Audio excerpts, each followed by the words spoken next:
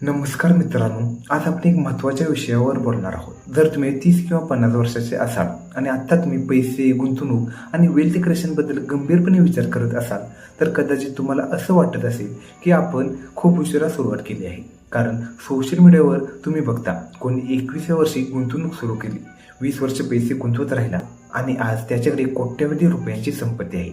मग तुम्हाला वाटतं मी खूप उशीर केला, पण खरी गोष्ट अशी आहे, कदाचित तुम्ही थोडी उशिरा सुरुवात केली, पण तुमचं भविष्य संपलेलं नाही. उशिरा सुरुवात केली म्हणजे तुम्ही श्रीमंत होऊ शकत नाही असं नाही.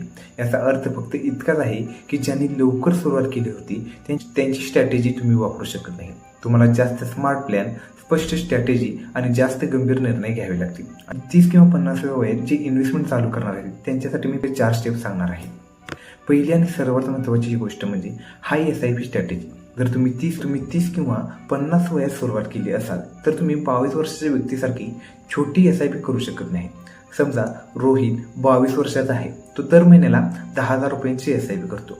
जर त्याला सरासरी 12% रिटर्न मिळाला तर 60 वर्षापर्यंत त्याची गुंतवणूक 5 ते 6 कोटी रुपयांपर्यंत जाऊ शकते. आणि अंकिता 35 वर्षाची आहे, ती देखील 10,000 रुपयांची SIP करते, पण तिच्याकडे फक्त 25 वर्षे आहेत, म्हणून तिची रक्कम रोहितसारखी मोठी होणार नाही.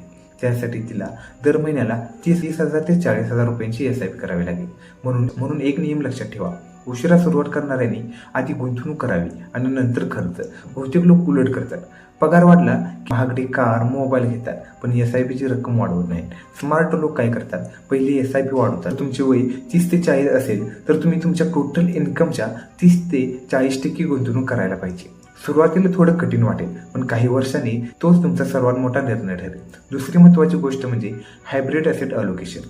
उशिरा सुरुवात करणारे अनेक लोक एक मोठी चूक करतात. ते म्हणतात, मी उशिरा सुरुवात केली आहे त्यामुळे मी 100% इक्विटीमध्ये गुंतवणूक करतो. पण हे धाडस नाही, हे घाईत घेतलेले निर्णय आहेत. 30 किंवा 40 वयात EMI असते, कुटुंबाची जबाबदारी असते, नोकरीची अनिश्चितता असते, म्हणून तुम्हाला प्लस स्टॅबिलिटी दोन्ही लागतात.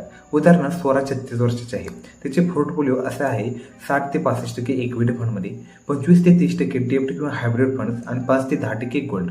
जेव्हा मार्केट पडते तेव्हा पोर्टफोलिओ कमी होतो, पण जोरात कोसळत नाही, म्हणून ती घाबरत नाही.